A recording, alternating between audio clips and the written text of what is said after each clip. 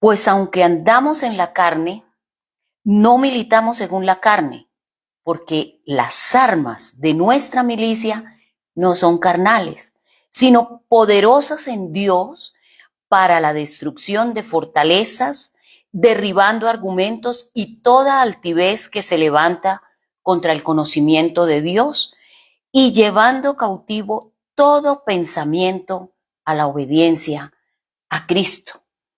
Esta palabra que yo les estoy hablando hoy está en la segunda carta del apóstol Pablo a los Corintios, en el capítulo 10, versículo 3 del 5. Habla de esas armas que son nuestra fortaleza en Cristo. Nosotros solos no podemos. La palabra de Dios dice, sin mí, dice el Señor, nada podéis hacer. Y cuando Él dice nada, es nada. Por más que nosotros no procuremos hacerlo, por más que nosotros decidamos en algún momento que lo conocemos a Él, cambiar nuestra actitud, cambiar nuestra vida, darle una vuelta a nuestra vida, no podemos. No podemos si no nos tomamos de la mano de nuestro Señor a través de su palabra. La armadura de Dios en Efesios 6:10 nos habla de unas armas. Pero ustedes dirán, ¿qué armas? Yo les digo, las armas no son físicas. Las armas no las podemos ver. Las armas son espirituales, espirituales. Y pastora, ¿dónde vamos a encontrar esas armas? Aquí, en la palabra de Dios.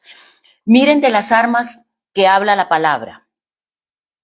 Esto está en Efesios 6:10, ustedes lo pueden buscar allí en su Biblia. La primera arma que menciona Efesios 6:10 es el arma de la verdad. La palabra de Dios dice, hablad siempre. No es en unos u otros momentos, no, siempre la verdad. Los unos con los otros, no mintáis.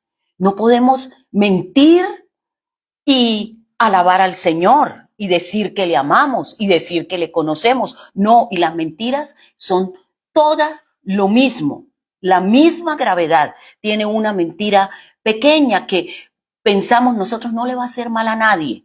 Es más, salgo bien de esto. No, que una mentira grande, una mentira que compromete, una mentira que es una falsedad, un arma contra otra persona. No. Entonces nosotros tenemos que procurar siempre la verdad, porque esa es un arma que nos ayuda en nuestro crecimiento espiritual. La segunda arma que encontré es la justicia. La palabra nos dice, Dios es justo y es fiel. Y nosotros tenemos que tener el mismo carácter del Señor Jesús, que es Dios. Entonces, la justicia debe estar siempre en nosotros.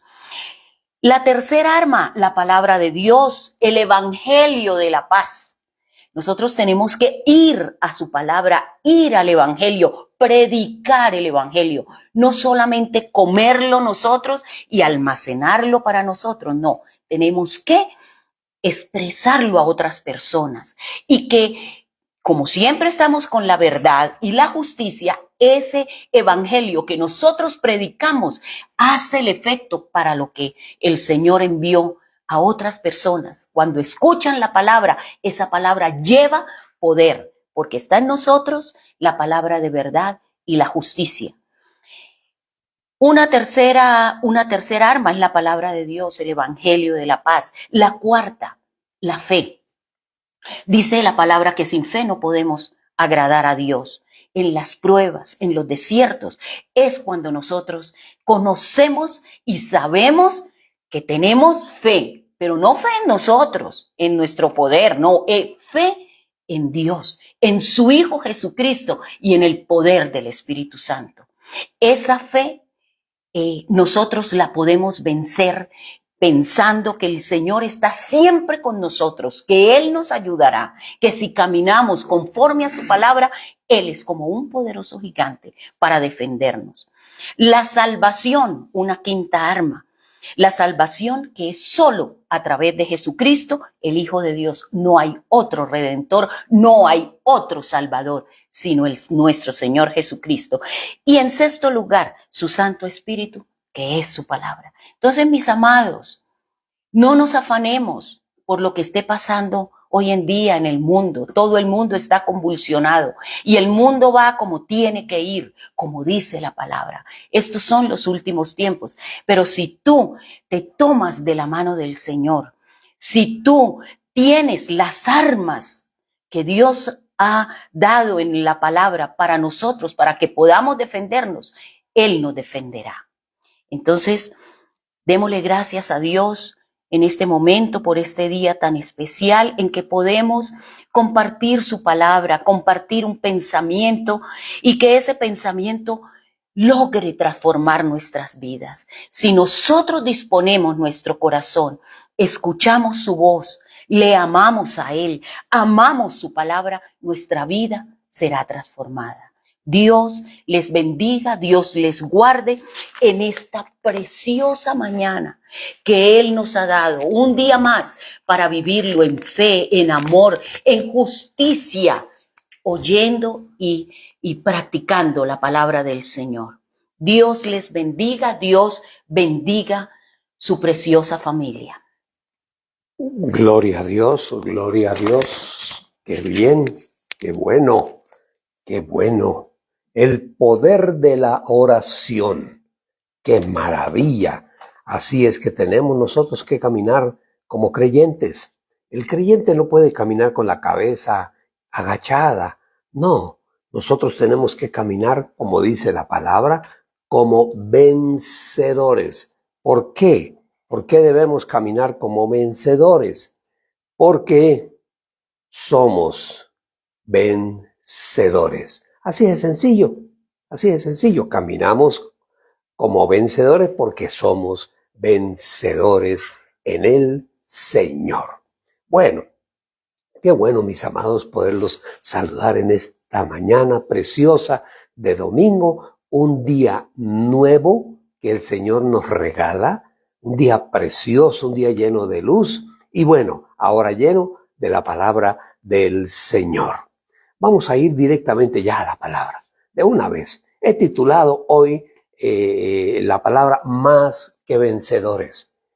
Esa debe ser la actitud permanente del cristiano, como un vencedor.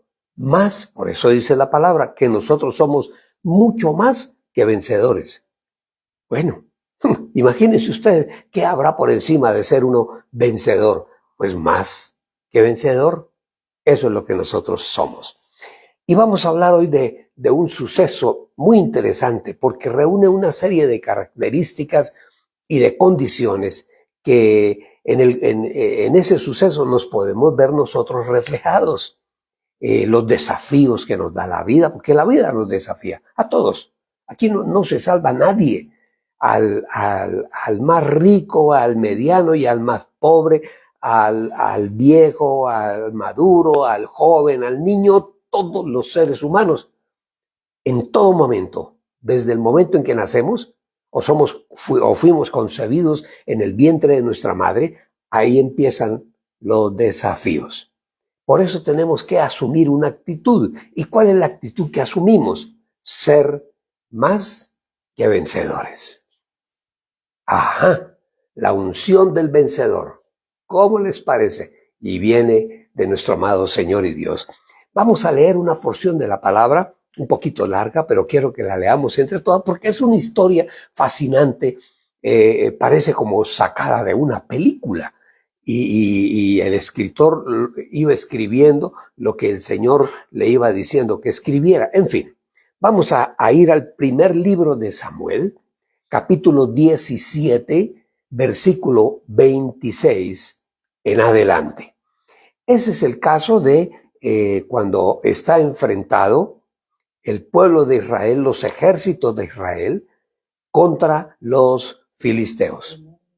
El primer libro de Samuel, capítulo 17, y vamos a leer del versículo 26 en adelante. Es una historia sacada como de un cine. algo así, fascinante, fascinante. Dice así, primer libro de Samuel, capítulo 17, y leemos del versículo 26 en adelante. Leemos la palabra del Señor, que nos inspira, que nos da conocimiento y fortaleza, inspiración para seguir adelante. Vamos a ver. Dice así, primer libro de Samuel, capítulo 17, versículo 26. Entonces, están allí el pueblo de Israel desafiado por los filisteos. No era la primera vez que se enfrentaban, y los filisteos trajeron para esa batalla unos gigantes. Personas calculan, los que entienden y han estudiado a profundidad la palabra sobre esta raza, más o menos una altura de 2 metros, entre 2,30 y 2,50. Imagínense ustedes, esos eran unos monstruos de hombres, de guerreros, y grandes y musculosos y con armas que solamente ellos podían cargar y nadie más. Entonces, están enfrentados y viene la batalla final. Viene la batalla y los mismos filisteos proponen, mire, hagamos una cosa. Saquen ustedes de allá un paladín de los que ustedes tienen, ustedes los israelitas, saquen un paladín y se enfrentan contra un paladín que nosotros tenemos. Aleluya, cuando sale semejante monstruo de filisteo, un hombre de 2,50 con armadura, es una espada que solamente la podía cargar él. Bueno, cuando los israelitas se quedaron viendo aquello, pero ¿a quién mandamos? ¿A quién mandamos que se pueda enfrentar a ese animal tan grande? ¿A quién mandamos? Y no tenían a quién mandar. Y estaban todos asustados, temerosos. Y aparece ahí en escena, porque viene del campo, el padre, su señor padre, lo envía a que le lleve alimento a sus hermanos. Y él llega al campamento de los ejércitos de Israel, David. Y llega a entregarle a sus hermanos, y él empieza a mirar la situación, el gigantón ese y los ejércitos allá, y aquí todos llenos de miedo, y corren y van, y ¿qué hacemos? ¿Y ahora qué hacemos? Dice así, entonces habló David a los que estaban junto a él diciendo, cuéntenme una cosa, está diciendo David, cuéntenme una cosa, ¿qué harán al hombre que venciere a ese filisteo y que quite el oprobio de Israel?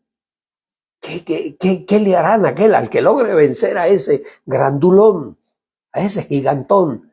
¿Qué le darán? ¿O qué harán? ¿Qué le harán a esa persona? Porque, y se está hablando, David dice, porque ¿quién es este filisteo incircunciso para que provoque a los escuadrones del Dios viviente? Miren ustedes, yo digo que la bendición empieza a partir de cómo hablamos nosotros. Habla David, y lo primero que él habla de ese filisteo es un incircunciso. ¿Y cómo es posible que ese incircunciso, que no camina con el Dios de Israel, provoque a los escuadrones del Dios viviente? O sea, que todos ustedes, los soldados de Saúl, todos eran escuadrones del Dios viviente. Tú eres un soldado del reino de Dios. Yo soy un soldado del reino de Dios. ¡Wow! Soldados del Dios viviente. Eso es lo que está. Mire, David habla con precisión. Él no habla con miedo, con temor, no. Él habla con precisión. Primero, ¿quién es ese incircunciso? ¿Quién es? Un gigantón. Y tuvo la osadía de enfrentarse a nosotros. que somos el escuadrón de los ejércitos de Dios. Aquel que se atreve a enfrentarte a ti, a querer humillarte, a quitarte. No, tú formas parte, eres soldado de los escuadrones de Dios, del Señor. ¡Wow! Y viene ese incircunciso aquí a provocar a ustedes que son el ejército de Dios. Y sigue diciendo, versículo 27, y el pueblo le respondió las mismas palabras diciendo, bueno, así se hará al hombre que le venciere. Versículo 28, aparece en escena un hermano de David. Hermano mayor, estaba en la guerra, era un soldado. Dice, y oyéndole hablar Eliab, el hermano de David, su hermano mayor, era el hermano mayor, lo oyó hablar con aquellos hombres, se encendió en ira contra David y dijo, ¿usted a qué ha venido aquí? ¿Usted a qué ha descendido aquí? ¿Y a quién usted le ha dejado las pocas ovejas que dejó allí en el desierto? ¿A quién se las encargó? El hermano mayor viene a ejercer autoridad sobre su hermano menor, porque sabe que él tiene una responsabilidad de cuidar las ovejas del papá. Dice, ¿usted qué hace aquí? ¿Usted a qué vino? Dice, yo conozco tu soberbia, le dice el hermano mayor a David, yo conozco tu soberbia y la malicia de tu corazón, que para ver la batalla has venido. O sea, le está diciendo, ¿usted qué viene aquí? ¿Usted viene aquí a ver, aquí un observador, a ver la batalla, pues, a ver el cine, a ver el teatro de lo que está pasando? ¿Usted qué hace aquí perdiendo el tiempo? Eso le dice una persona que pensaba conforme piensa un ser humano. Y sigue diciendo. Entonces David respondió, pare ahí, hermano, pare ahí. ¿Qué he hecho yo ahora? ¿No es esto mera palabrería lo que usted me está diciendo? Y apartándose de él hacia otros, preguntó de igual manera y le dio el pueblo la misma respuesta de antes. Todo el mundo hablaba de lo mismo, no, estamos vencidos. ¿Quién se va a enfrentar con ese gigantón? Imagínense la espada, es una espada que mide casi 2 metros. ¿Quién se va a enfrentar a él? Bueno, y sigue diciendo. Y dijo, fueron oídas las palabras que David había dicho, lo que él dijo, así hablando con los demás, y alguien oyó y se fue corriendo donde Saúl, donde el rey. Dice, fueron oídas las palabras que David había dicho y las refirieron delante de Saúl y él lo hizo venir. Sí, seguramente, oh rey, allí está David, del hijo, ¿cómo se llama el papá de David? Isaí, de la casa de Isaí está allá y dice que ¿por qué? ¿Qué pasa? ¿Por qué nos dejamos humillar de ese filisteo incircunciso? Y el rey le llamó la atención y le dijo, dígale que venga. Bueno, y dijo Saúl, y dijo David a Saúl, no desmaye el corazón de ninguno a causa de ese gigantón. Está hablando David, le está hablando a Saúl. O sea, pero ustedes, ¿por qué se asustan contra ese gigante? Ustedes no se preocupen, si ustedes quieren, yo voy y peleo, me enfrento frente a ese filisteo. Y le dijo Saúl a David, no, tú no podrás ir contra aquel filisteo para pelear con él, porque tú eres muchacho, eres jovencito, y ese es un hombre de guerra desde su juventud. Versículo 34, y David respondió a Saúl, tu siervo es pastor de las ovejas de su padre, y cuando venía un león o un oso y tomaba algún cordero de la manada, yo salía tras él y lo hería y lo libraba de su boca, y si se levantaba contra mí, yo le echaba mano de la quijada y lo hería y lo mataba. Fuese león, fuese oso, tu siervo lo mataba. Y este filisteo incircunciso será como uno de ellos, porque ha provocado al ejército del Dios viviente. ¡Wow! Ese es un hombre que habla con una confianza total, no en él, en el Dios de Israel.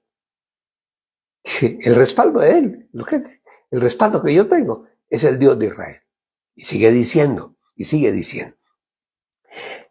Versículo 37. Y añadió David: el Señor Yahweh Jehová, que me ha librado de las garras del león y de las garras del oso, él también me librará de la mano de este filisteo. Y dijo Saúl a David: está bien, vaya, que el Señor Jehová Yahweh, nuestro Dios, esté contigo. Bueno, está bien, vaya. Y dice ahí, versículo 38, y Saúl, el rey, vistió a David con sus ropas, o sea, ropas de guerrero, y puso sobre su cabeza un casco de bronce y le armó de coraza. Versículo 39, y ciñó David su espada sobre sus vestidos y probó a caminar, pero porque nunca había hecho la prueba, él nunca se había puesto una armadura de un soldado. Dice, y dijo David a Saúl, dijo, no, yo no puedo andar con esto, porque esto yo nunca lo practiqué, yo nunca he estado en esto. Y David se quitó, echó de sí todas aquellas cosas, el casco, la espada grande, la coraza, lo que se ponían en las piernas, las rodillas. No, yo con esto no, esto no, yo nunca he podido caminar con eso, no sé cómo se camina con eso. Entonces, y sigue diciendo, y tomó su cayado en su mano, y escogió 5 piedras lisas del arroyo, y las puso en el saco pastoril, en el zurrón que traía, y tomó su honda. La honda era ya hoy en día poco se usa, o alguien que la sepa usar. Prácticamente, ustedes se acuerdan cuando éramos niños, jugábamos con algo que llamábamos las caucheras. ¿Tú sí conoces? Sí, claro, sí. La cauchera, con la diferencia de que la cauchera eran las cuerdas eran cauchos. Yo recuerdo que esos cauchos se sacaban de lo que es la llanta de un carro, la de adentro, ¿cómo se llama? La tripa que llaman, o la bomba que va dentro de la llanta. De ese caucho sacábamos nosotros el cauchito para hacer las caucheras. Pero esto no era una cauchera, esto era una honda. Simplemente 2 cuerdas largas y amarradas a un cuero donde ponían la piedra o lo que iban a lanzar.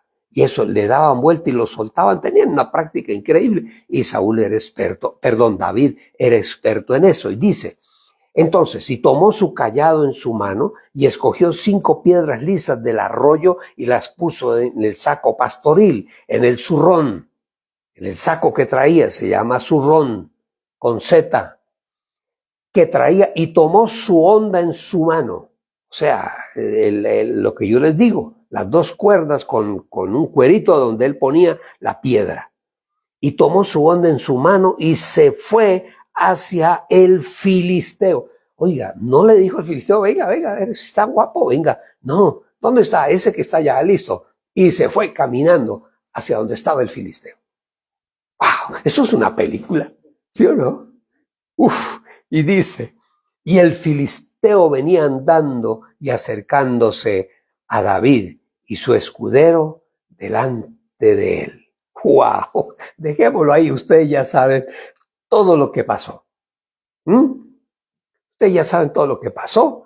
El filisteo lo insultó, le dijo, ¿usted qué piensa que el filisteo? Imagínense el gigante, el gigantón, como de 2,50. Dijo, ¿usted creyó que yo era un perro? ¿Que viene con palo y que viene con una piedra? Ajá. Y David, ¿qué le dijo? Yo vengo en el nombre del Dios viviente, el Dios de Israel. Cuando uno mira a los personajes, por ejemplo, esa situación cuando Saúl manda a llamar a David y David viene delante de él y Saúl habla. Y uno ve la perspectiva que tenía Saúl era diferente a la perspectiva que tenía David. Saúl quería que él se armara con todas las armas que ellos tenían, las espadas, los cascos, escudos, armaduras, todo eso. Esa era la perspectiva que tenía Saúl. Él suponía, pensaba que con toda esa armadura y vestidura podía vencer al gigante. Pero la perspectiva que tenía David era diferente. La perspectiva de Saúl es la perspectiva del ser humano. Digámoslo, la astucia. Yo voy a llevar espada, voy a llevar casco y voy a llevar chaleco antibalas. No, esto no, yo no estoy acostumbrado a esto. Yo sé otra forma. Eso es el poder del ser humano, lo que el ser humano cree muchas veces que lo va a hacer poderoso. Por eso muchas veces hay personas que en algún momento tienen un arma en su mano, digamos un revólver, una pistola, y con esa arma en la mano se sienten poderosos y lo que quieren hacer es utilizar esa arma contra alguien y por eso hay tanto crimen, tanto asesinato. Entonces, David tenía otra perspectiva de las cosas. Él sabía de qué era capaz. Digamos, él se enfrentaba a los osos. Los osos son animales que llegan a medir más de 2 metros cuando se paran en sus 2 patas traseras. Y él dice que se había enfrentado a osos y a leones. Y él se sabía cierto cuál era su arma efectiva. Primeramente, su confianza en el Dios de Israel. Ese era el fundamento, ese era, por decirlo algo así, como el discurso motivador para ir a la guerra. Era el saber que Dios estaba con él. Y él hablaba desde la perspectiva de un hombre que sabe en quién ha puesto su fe y su confianza. Él tenía la confianza puesta en el Dios de Israel. Y él sabía cuál era la armadura de David. No era esa armadura metálica que le ponían a los soldados, no. ¿Cuál era la armadura de David? La fortaleza en el Señor. La confianza en el Señor. Esa es la armadura. Lo que nosotros llamamos la armadura de fe. Aleluya. Wow. Bueno, entonces, mire lo que dice Pablo en Efesios 6, capítulo 6, versículo 10. Mire, dice, por lo demás, hermanos míos, fortalezcanse en el Señor y en el poder de su fuerza. No en el poder de la fuerza nuestra, sino en el poder de la fuerza del Señor. Versículo 11 les dice, vístanse de toda la armadura de Dios. De toda la armadura de Dios. ¿Para qué? Para que ustedes puedan estar firmes contra todas las acechanzas del diablo. Eso es lo que nosotros debemos hacer, la armadura de Dios, la fe, la palabra, la bondad, en fin, la armadura de Dios. Gracias. Disculpen.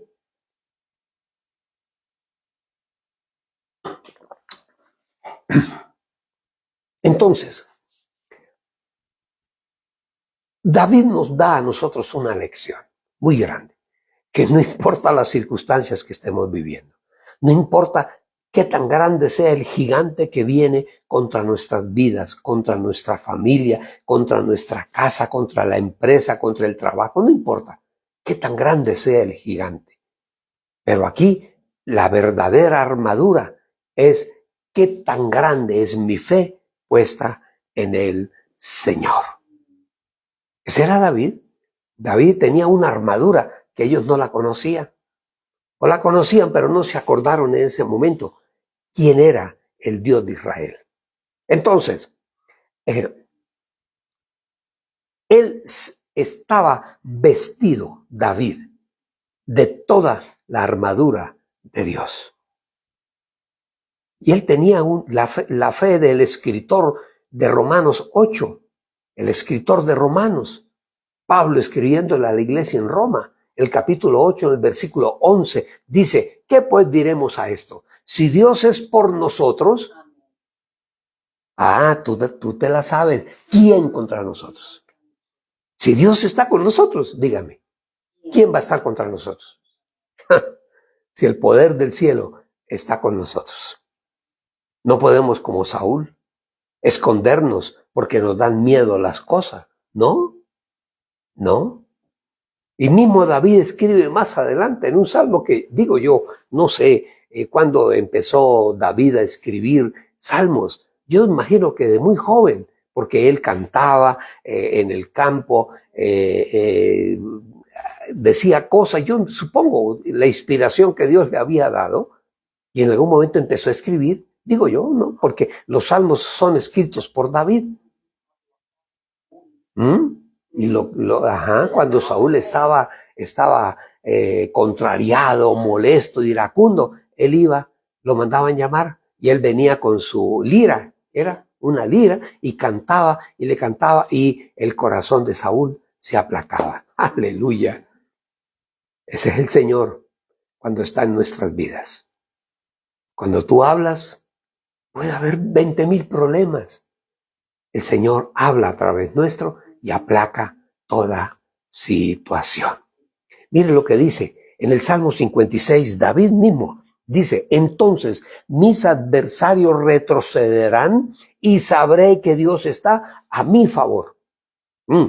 Versículo 10, estamos en el Salmo 56, versículo 10, a la palabra de Dios daré gloria, dice David. Versículo 11, en Dios he puesto mi confianza, no tendré temor. ¿Qué puede hacerme el hombre? ¿Qué puede hacerme el hombre? Si Dios está conmigo, ¿quién contra mí? Eso es una declaración de fe profunda, profunda. Y esa tiene que ser nuestra fe. Si Dios está con nosotros, contéstame algo. ¿Quién contra nosotros? Si el Dios de Israel está con nosotros, ¿quién contra nosotros? Y la prueba de la presencia de Dios en medio de su pueblo la tenemos viendo Israel. Un estado pequeñito, un país pequeñito en relación a todos los que lo rodean, porque todos los que lo rodean son enemigos. Todos. Y son países grandes, fuertes, poderosos y países prósperos. Pero nunca han podido por el pueblo de Israel. Y nosotros somos pueblo adquirido por Dios. ¿Quién contra ti? Si Dios está contigo, ¿quién contra ti? Dígame, ¿quién? Nadie. Porque el poder que tú tengas, espiritual, emocional, viene de Dios. Bueno, y sigue diciendo, estábamos leyendo Salmo 56, versículo 12. Cumpliré mis votos a ti, oh Dios, te ofreceré sacrificios con acción de gracias. Versículo 13, porque mi alma has librado de la muerte. ¿Quién nos libra? El Señor. Y mis pies de lugares resbaladizos, para que yo sea grato en tu presencia, oh Dios, en la tierra de los vivientes, para que yo venga a agradecerte lo que tú haces por mí. Está hablándole David al Señor. Salmo 56. Y en el Salmo más adelantico, 118, en el Salmo 118, versículo 6 dice, el Señor Jehová, oh Yahweh, nuestro Dios, está conmigo. No temeré lo que me pueda hacer el hombre. Aleluya. Esa es la fe y la confianza. Que es que estamos temerosos porque... Pero si Dios está contigo, ¿quién podrá venir contra ti? Esa es la fe. Y en esa fe nosotros nos fundamentamos. Y con esa fe es que caminamos y enfrentamos toda circunstancia del mundo. Absolutamente.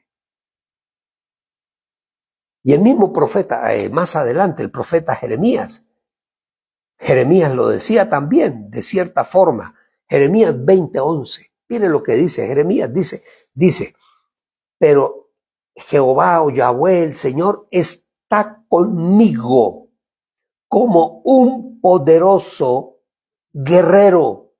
Por tanto, todos los que me persigan serán avergonzados. Tú querías una oración diaria para tu vida. Vas a salir de tu casa. Toma esa expresión que hizo Jeremías en el capítulo 20:11. Y dila para ti. Estás en la puerta de la casa. Sí, cuando uno sale de su casa al trabajo, al mundo, uno sale a enfrentarse al mundo. Al mundo con todo lo que el mundo tiene. La violencia, el odio, la rabia, las malas palabras, en fin, el ladrón, el que nos insulta, el que quiere hacernos daño. Pero sale de la casa, ahí tiene la expresión para salir de la casa. Si el Señor está conmigo como un poderoso guerrero, por tanto, todos los que me persigan serán avergonzados. Sí, ahí puedes seguir leyendo de ahí para abajo. No prosperarán. Los que se levanten contra ti no prosperarán. Por eso, entonces, nosotros como seres humanos tenemos que despojarnos de las armaduras terrenales, de las armaduras de Saúl, le pondría yo como nombre, porque esas armaduras terrenales no surten el efecto que surte la armadura espiritual de parte de nuestro Dios. ¿Y cuáles son las armaduras del ser humano? La astucia. Entonces, el que es astuto y tiene esa capacidad. El rencor, ese es un arma humana. La misma razón, es que yo tengo la razón. La inteligencia humana, esas son armaduras. Las palabras que expresamos, las palabras humanas. No, nuestra fortaleza nace de la presencia de Dios en nuestras vidas. Acompáñame a primera carta de Corintios, capítulo 3, versículo 19. Ahí está clarito lo que nosotros debemos entender. Porque la sabiduría de este mundo es insensatez para con Dios.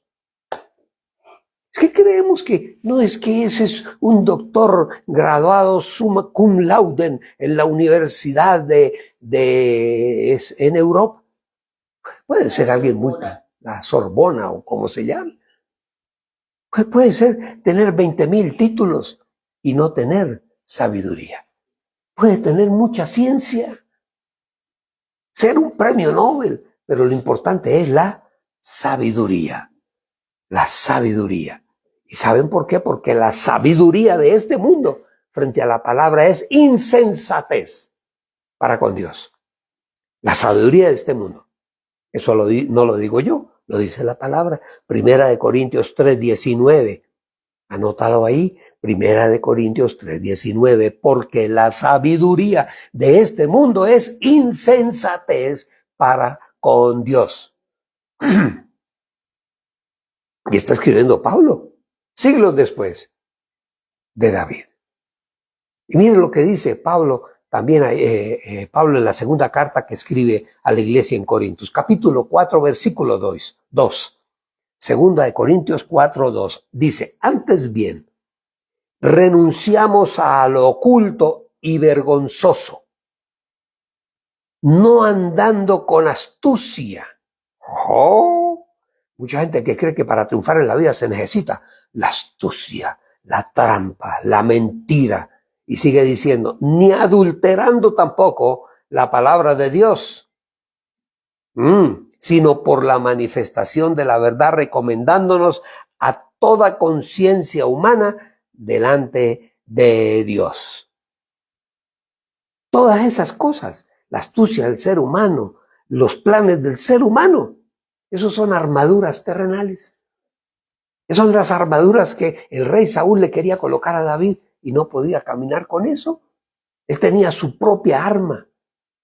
Y el arma poderosa de David era la presencia de Dios en su vida. ¿Ustedes creen que él no vio al gigantón el tamaño que tenía? Claro que lo vio. ¿Y ustedes creen que él no reconoció la espada que el gigantón tenía? La lanza dice que medía no sé cuántos metros y pesaba no sé cuánta. Ahí en la palabra dice cuánto pesaba la lanza de este gigantón. Y él lo veía, claro que sí, era una realidad.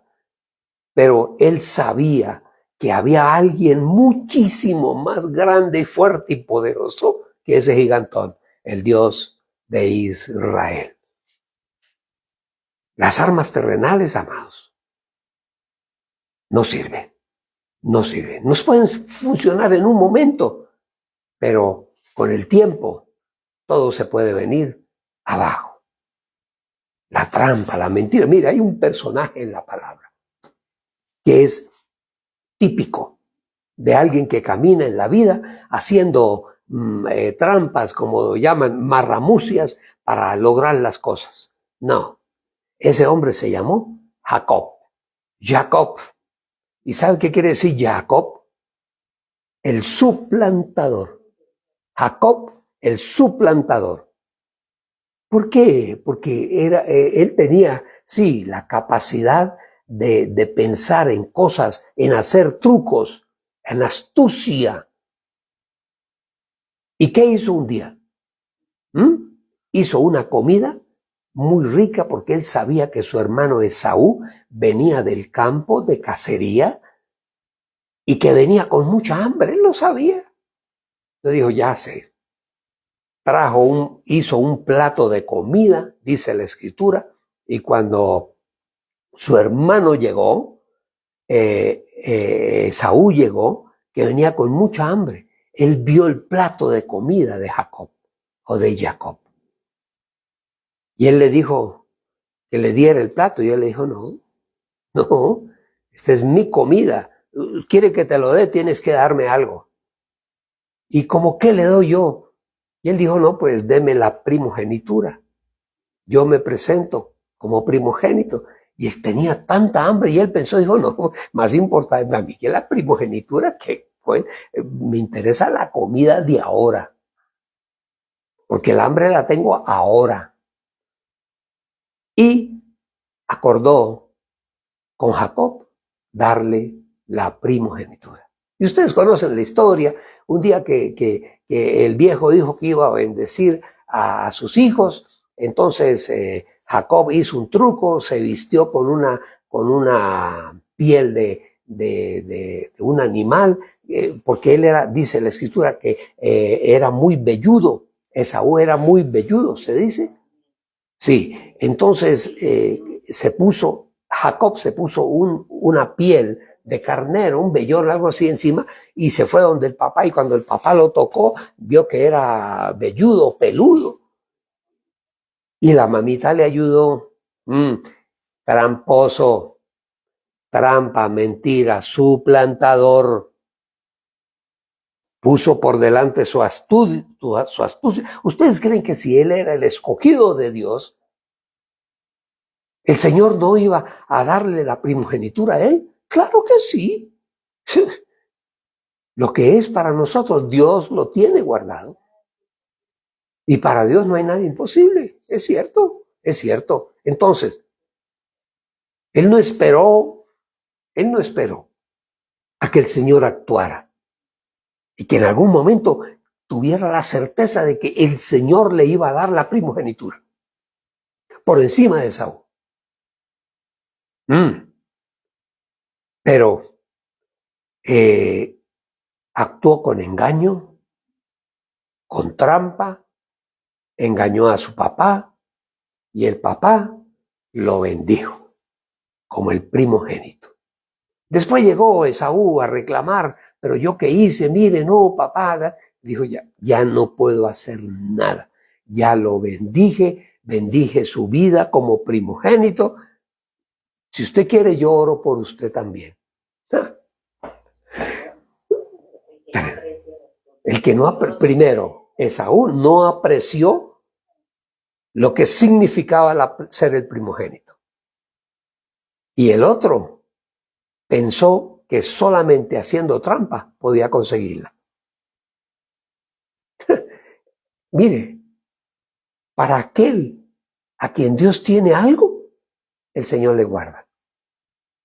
Sí, dice el dicho, algo así parecido. Al que Dios le tiene, a ese le guarda. Así de sencillo.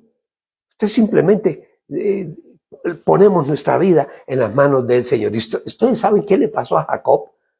El vivo, el engañador. Jacob quiere decir el engañador, el mentiroso. Entonces ese era el nombre, todo el mundo lo conocía como el mentiroso. Ah, allá viene el mentiroso, allá va el mentiroso. Ese es el mentiroso, ese es el engañador.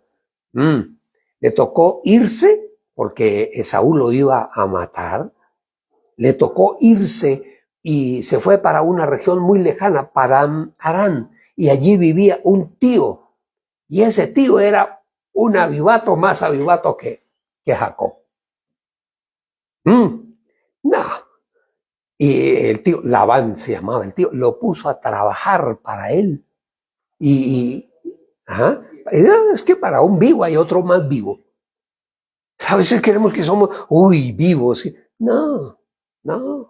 El Señor es el que abre nuestro camino. Le tocó trabajar como 20 años al lado de su tío y nunca le pagó ni le dio lo que él merecía. Y pasó 20,000 y un problemas viviendo allí, trabajando para su tío. ¿Qué hizo el Señor? Dice la Escritura que en un paraje, en un camino por donde él iba, lo que llaman, bíblicamente se llama el vado de Jaboc, el vado de Jaboc, allí el Señor lo hirió. Dice la palabra que le descoyuntó el muslo, dice la Escritura. Entonces, a partir de ese momento ya era Jacob el cojo. Además de mentiroso, cojo. Ese era Jacob. Es una historia increíble. Es decir, pues sí, entonces él repetía permanentemente, ¿por qué camino cojo? ¿Por qué camino cojo? Entonces, hasta ese momento que el Señor lo descoyunta,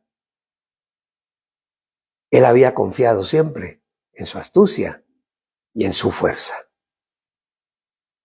Mire, mis amados, nosotros como seres humanos y aún más como creyentes, permanentemente estamos en batallas y estamos enfrentados a filisteos permanentemente, y llegarán filisteos gigantones con armaduras que a destruirnos, a quitarnos, a aplastarnos. Nosotros tenemos una protección, la protección de Dios, del saber que nuestro Padre, nuestro Papá Celestial nos cuida porque somos sus hijos. Que el Señor nos recomienda, sí, que debemos ponernos una armadura, claro que sí, claro que sí. Y Pablo nos enseña más adelante, la armadura que nosotros debemos colocarnos no es la armadura física, espada, armas, un casco, no, las armaduras de Dios. Y con esas armaduras, dice en Efesios 6:13, nosotros podemos enfrentar el día malo, dice enfrentar y resistir el día malo. Cuando el enemigo viene contra nosotros y coloca delante nuestro situaciones complejas, toca dejarle la pelea al Señor. La batalla es de Él. Y si al final nosotros de una situación de esa resultamos vencidos, fue porque no usamos la armadura de Dios, la fe, la confianza en nuestro Dios. Si nosotros en algún momento mentimos, es porque decidimos no usar la verdad. Y si usamos la verdad, saldremos siempre adelante. Con las mentiras estaremos cojeando permanentemente. Y la palabra nos lo dice a nosotros. A ver, Efesios 6, versículo 14 dice, estad pues firmes, ceñidos vuestros lomos con la verdad. La verdad es más poderosa que muchas cosas, mucho más poderosa. Y si no usamos la verdad y no usamos algo más, otra arma de la armadura del cristiano, la coraza de la justicia.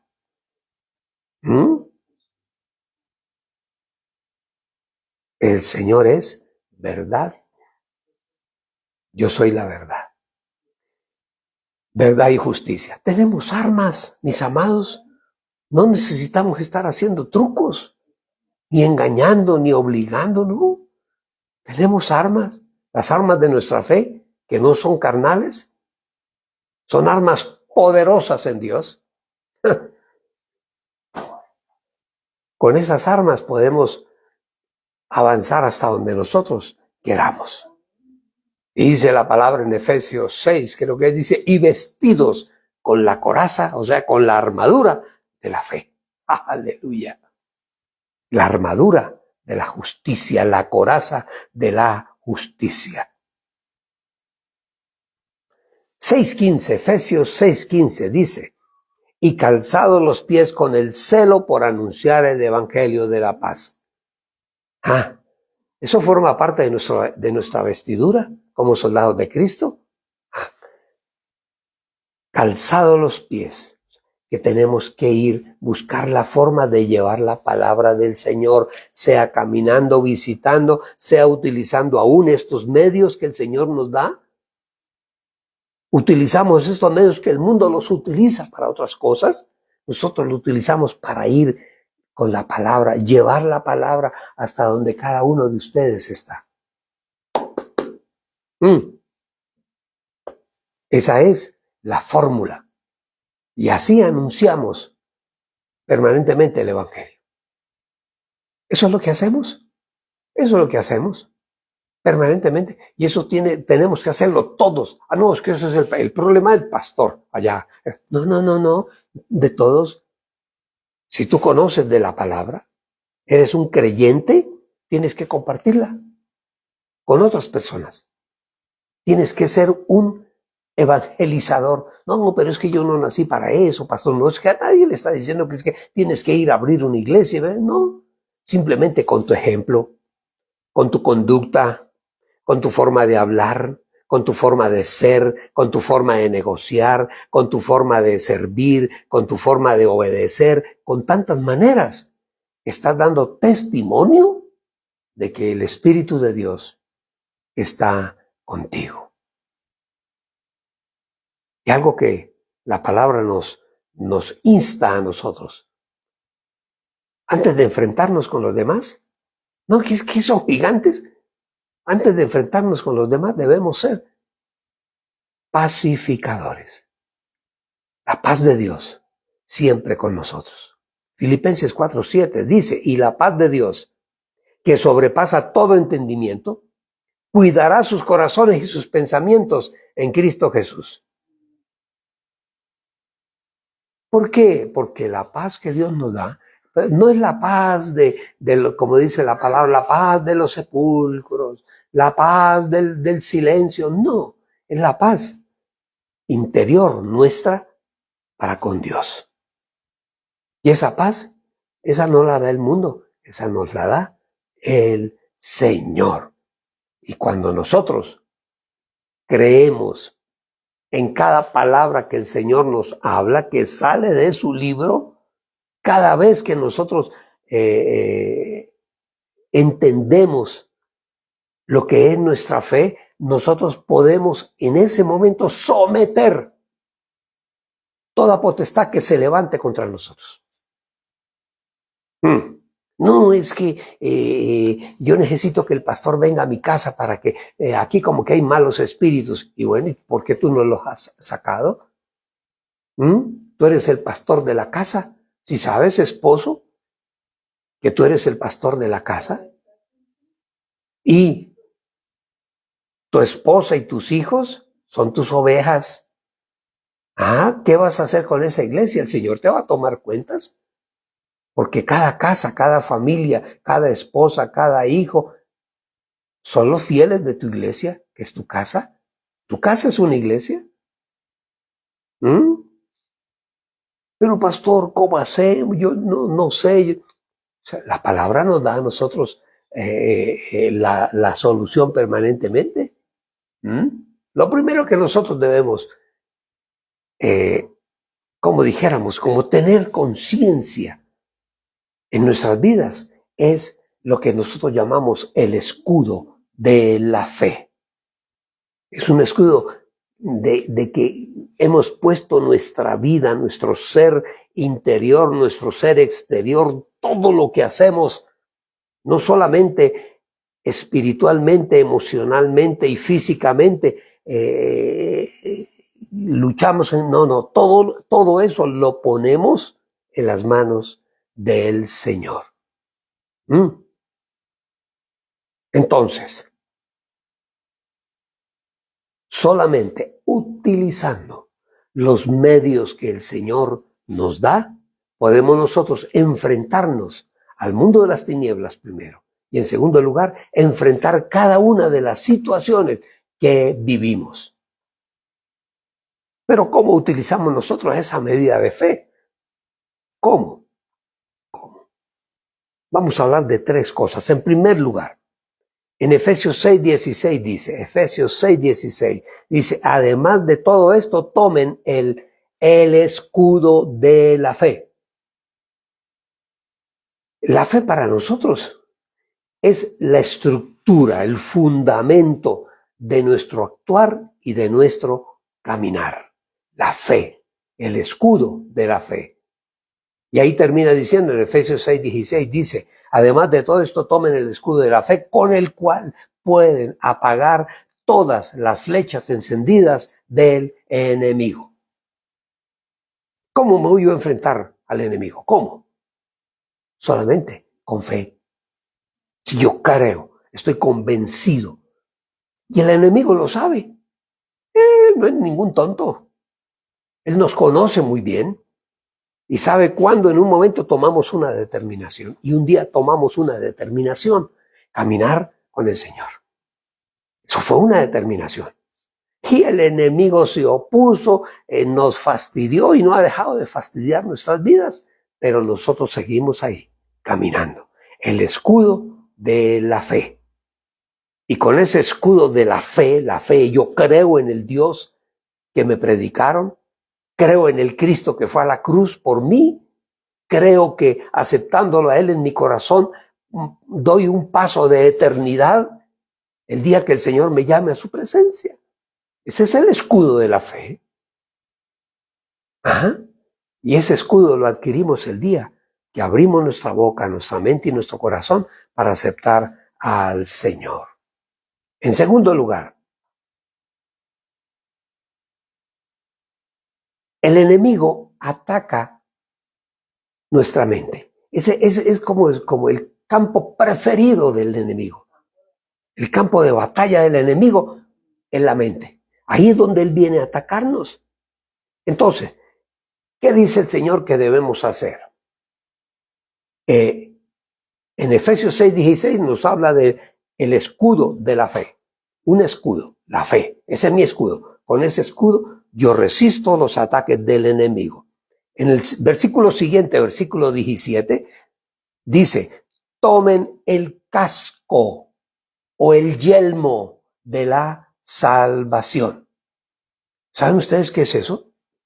Esa es la certeza que nosotros tenemos en este momento de quiénes somos frente a la presencia de Dios. ¿Y saben ustedes quiénes somos? ¿Ustedes sí saben? Somos hijos del gran Rey. Y eso es una convicción. Tiene que estar en ti, en mí, en todos nosotros. Nosotros no podemos seguir caminando como decía alguien en algún momento, no recuerdo que dice, no, pues que yo no soy digno de ser llamado hijo de Dios. Yo soy un pobre miserable, un limosnero. Por favor, confiesa al Señor. A partir de ese momento viene a tu vida algo que quizás estaba escondida o medio enterrada o medio muerta, la fe viene a nosotros. Ajá. Confesamos que Cristo es el Señor, que Él murió en la cruz del Calvario por nosotros. Y a partir de ese momento empezamos a caminar con el Señor. Creo, yo tengo la certeza de que Cristo Jesús es el Señor y Salvador de mi vida, que Él fue a la cruz del Calvario por mis pecados. Pedí perdón a Dios, acepté a Cristo como mi Señor, mi guía, mi Salvador, a través de la fe. Entonces, entro a formar parte del ejército del Señor. Y lo primero que yo adquirí fue un escudo, el escudo de la fe. Y dice Pablo ahí en Efesios 6:16 que con ese escudo nosotros podemos apagar las flechas encendidas del maligno. Los dardos encendidos, dice otra versión. En segundo lugar, ustedes saben, el enemigo ataca nuestra mente. Ese es el campo de batalla que él prefiere, nuestra mente, fundamentalmente. Hay otros campos de batalla, pero el campo de batalla que él quiere conquistar en nosotros es nuestra mente. ¿Y qué dice el Señor que debemos hacer? Efesios 6:17 dice, tomen el casco o el yelmo de la salvación. ¿Eso qué quiere decir? Que yo tengo la certeza, yo tengo la seguridad de quién soy yo frente al Señor. ¿Y quiénes somos? Hijos adoptados por Dios. ¿Somos hijos adoptivos? Claro que sí, pero somos hijos del gran Rey. Y que cuando nosotros empezamos a caminar con el Señor, ¿vamos a tener contratiempos? Claro que sí. ¿Ustedes creen que el mundo de las tinieblas se queda quieto, de brazos cruzados? No, ese ya se convirtió al evangelio, ese ya no nos sirve. No. Cuando nos convertimos al evangelio, Él viene con más fuerza. Si antes venían 2, 3 enemigos espirituales, ahora vendrán 5, 10, 20, 30, a ver cómo nos sacan de donde estamos. Pero entonces, ahí es donde nosotros enfrentamos al enemigo. Y no lo podemos enfrentar con nuestra mente, con nuestros pensamientos. No, hay una espada. Nosotros tenemos una espada, que es la espada de la fe. La espada de la fe. ¿Y saben ustedes cuál es esa espada que nosotros ejercitamos permanentemente y con ella atacamos y con ella nos defendemos? ¿Saben cuál es esa espada? La palabra de Dios. Este libro, la Biblia que llamamos nosotros, el libro de libros. Más adelantico hay Efesios 6:17. Y la espada del Espíritu. Venimos hablando de 3 cosas. De 3 cosas. La primera, el escudo de la fe. La segunda, el casco de la salvación. Y en tercer lugar, la espada de la fe. Tenemos esas 3 cosas. Estamos vestidos y listos para entrar al campo de batalla. A vencer al enemigo. A vencer a nuestro enemigo de toda la vida. Y la espada de la fe, que es el libro de libros, la escritura. Con esa espada nosotros nos enfrentamos al mundo de las tinieblas.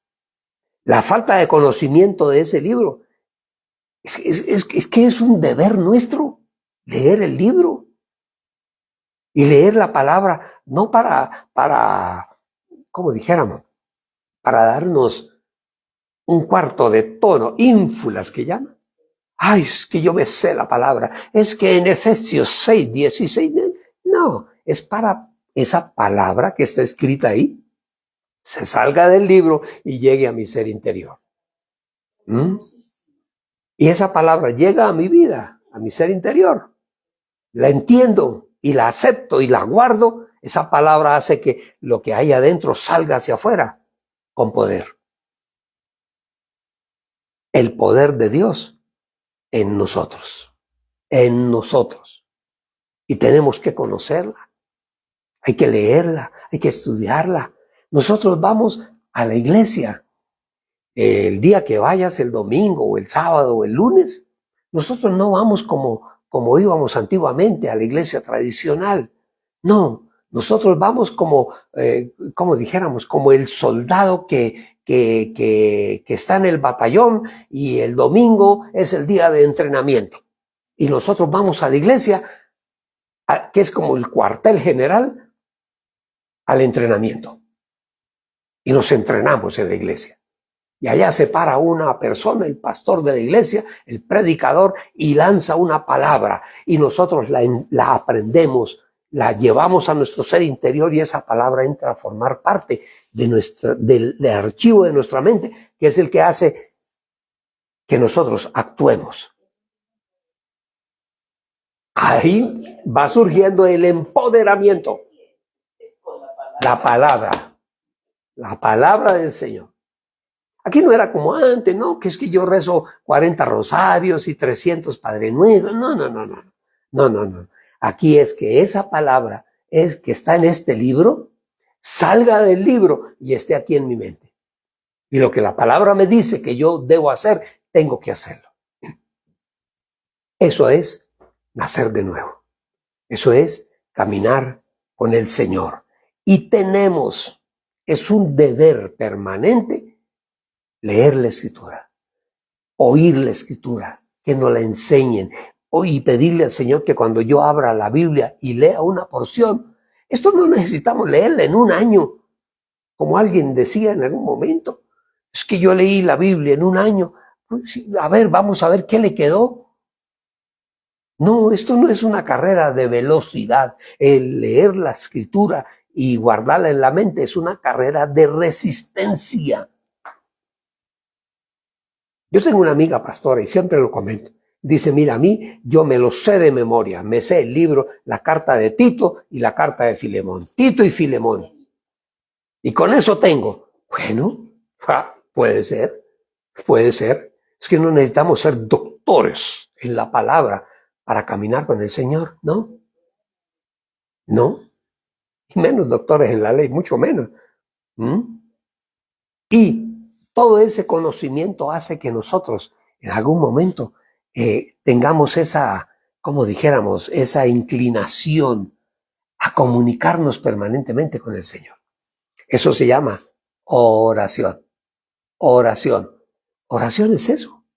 Oración no es de rodillas en la mitad de un salón con las manos levantadas diciendo grandes imprecaciones y oratorias. No. La oración es algo muy íntimo con el Señor. Es intimidad con el Señor. Cuando vamos a la intimidad, a la soledad de nuestra habitación, leyendo el libro, hablamos con el Señor. Eso es oración. No es decir y decir y decir palabrerío, no. Es leer la palabra, meditar en la palabra, aceptar la palabra y hacer la palabra. Eso se llama caminar con el Señor. ¿Que debemos aprender? Sí. Cada día aprender mucho más, mucho más. Y en la medida en que vamos aprendiendo, ¿saben ustedes qué va pasando? Que nuestra fe se va fundamentando, nuestra fe va creciendo. Entonces, en la medida en que nuestra fe crece, nosotros declaramos la fe. La vamos declarando públicamente, que todo el mundo se entere. Ay, en que usted ahora es cristiano evangélico. Hay gente, ay, pues sí, pues yo de vez en... No, sí, soy cristiano evangélico. Sí lo soy. Y me siento bien, me siento completo, me siento poderoso caminando en la palabra del Señor. Así es que tenemos que hablar. Lo que nosotros hacemos no es vergonzoso. Vergonzoso el pecado, ese sí es vergonzoso. Pero confesar la fe, no. Declarar la fe. ¿Qué fue lo que hizo David? frente al filisteo. ¿Qué fue lo que él hizo? Lo que hizo fue declarar el poder de Dios en él contra ese animal que venía a matarlo. Y con esto terminamos. Primer libro de Samuel, donde estamos leyendo, capítulo 17, versículo 45. Entonces dijo David al filisteo, ya está al frente de él. Le dice David al filisteo, tú vienes a mí con espada y lanza. Bueno, anterior a este pasaje, al 45, el filisteo ve venir a David, lo único que ve que trae es un palo, por decirlo así, un bastón y la honda. Y dice, y usted viene a mí, le dice el filisteo, el gigante, a David, usted viene a mí con piedras y con palos. ¿Acaso yo soy un perro? Le dice el gigante a David. Y David le contesta, y tú vienes a mí con espada y lanza y jabalina.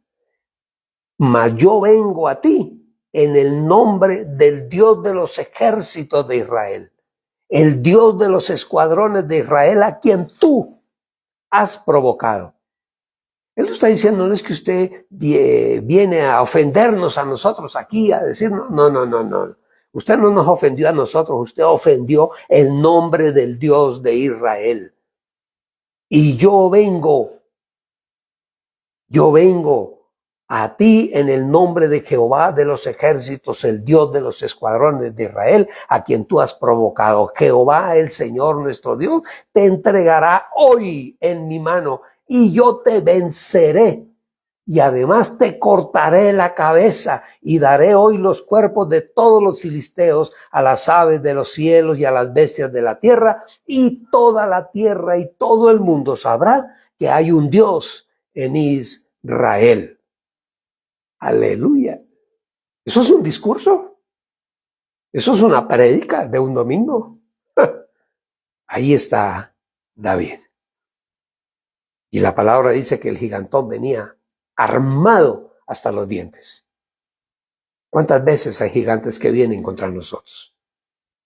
Y vienen armados hasta los dientes a fastidiarnos la vida, a quitarnos lo que nos pertenece, a quitarnos la paz, a quitarnos la casa, la familia, el trabajo, nuestra salud, tantas cosas que el enemigo quiere quitar de nosotros. Pero hay algo que debemos recordar siempre. Nunca vayas a olvidar la expresión de la palabra. Antes que todas estas cosas, nosotros somos más que vencedores por medio de aquel que nos amó, Cristo Jesús. Romanos 8:37. Somos más que vencedores. Amén. ¿Qué gigante hay en tu vida? Puede ser el gigante de la salud, de la enfermedad que llegó a tu vida. Puede ser el gigante de la escasez, el desempleo, la enfermedad, un hijo, un hermano, el papá, la mamá, en fin, tantas cosas que como seres humanos nos pueden suceder. Y cuando llegan a nuestra vida nos sentimos muchas veces derrotados. Pero el Señor está ahí para ayudarnos, para darnos la fuerza para salir siempre adelante, con el poder de la palabra. Amén. Padre bueno, Señor, te damos gracias. El mundo, Señor, la vida, todos los días trae circunstancias difíciles, complejas, que tenemos que enfrentar y solucionar. Lo que no podemos hacer, Señor, lo ponemos en tus manos, sabiendo que tú tomas acción por nosotros. Tú eres el Rey, tú eres el Señor de los ejércitos. No importa cuán grande sea el gigante, tú eres mucho más grande que todos los gigantes juntos. Y tú, Señor, nos guardarás en completa paz, nos bendecirás y nos prosperarás y nos defenderás frente a los ataques del enemigo. Guarda, Señor, nuestra casa. Guarda, Señor, nuestro trabajo. Guarda, Señor, nuestros ingresos. Guarda, Señor, nuestra salud, la salud de toda la casa, de toda la familia. Que todos los días haya alimento en nuestra mesa y para nuestro ser interior. Gracias te damos, Dios, en este día, en el nombre de Jesús. Amén, amén y amén. Amén. Bueno, hay algo que nosotros aprendemos cuando llegamos al Señor, y es una de las cosas a través de la cual más nos critican a nosotros como cristianos evangélicos.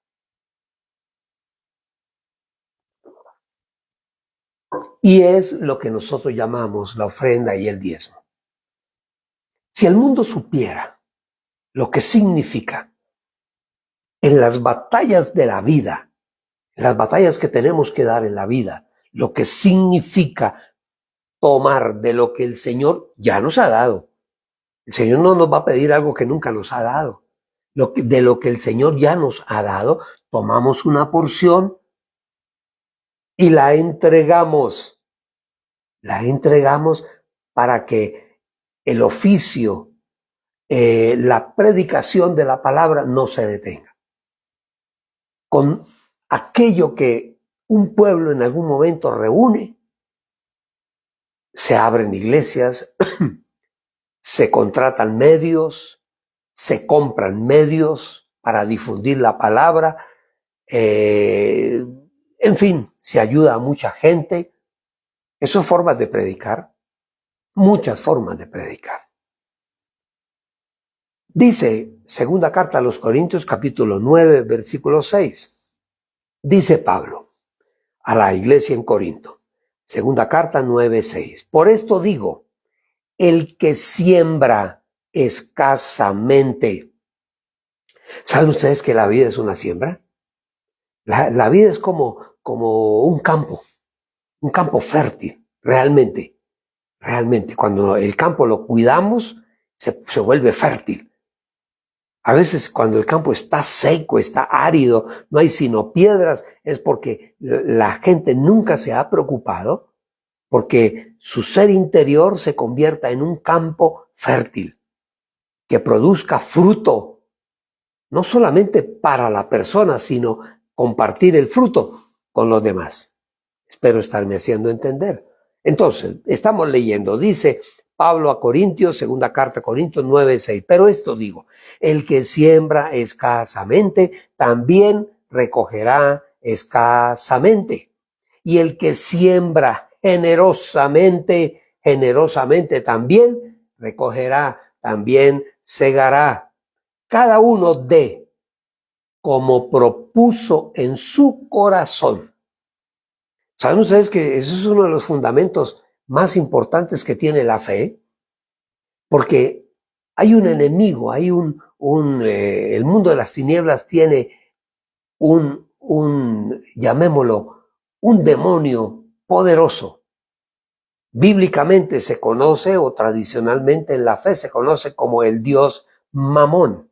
El dios Mamón es un demonio poderosísimo que hace que la gente ponga su corazón en las riquezas y hacen lo que sea con tal de tener riquezas, a estafar, engañar, robar, aún hasta matar, quitarle la vida a alguien para apoderarse de lo que la persona tiene.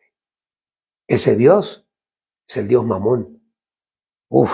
Y el Señor nos está diciendo a nosotros, la única forma de vencer a ese Dios de las tinieblas, es aprendiendo a dar. Mire, si el ser humano, todos los seres humanos aprendiéramos a dar, no habría gente pobre. No la habría. O gente con hambre, con escasez, no la habría. Porque el simple hecho de dar enriquece la sociedad.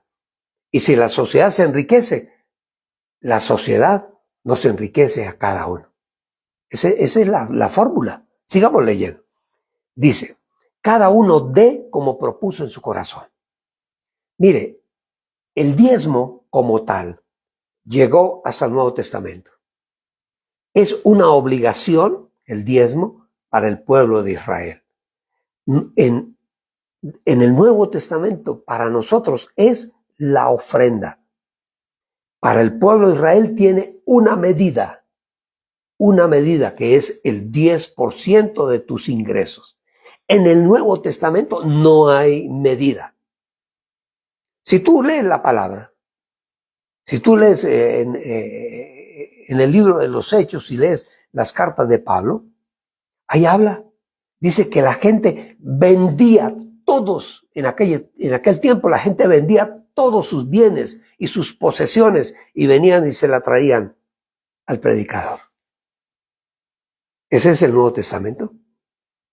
Ya no es dar una porción, un 10%, es darlo todo. Pero pastor, entonces yo tengo que vender mi casa para dársela a la iglesia. No estamos hablando de eso. Alguien dirá que nos está escuchando, ve que vivos, ahora ya no es el 10%, ahora es todo. No, lo que la palabra nos está enseñando a nosotros es a que abramos el corazón para sostener la obra del Señor, a la obra. Nosotros no damos solo para sostener al pastor y pagar los servicios, el agua, la luz, el arriendo, lo que sea.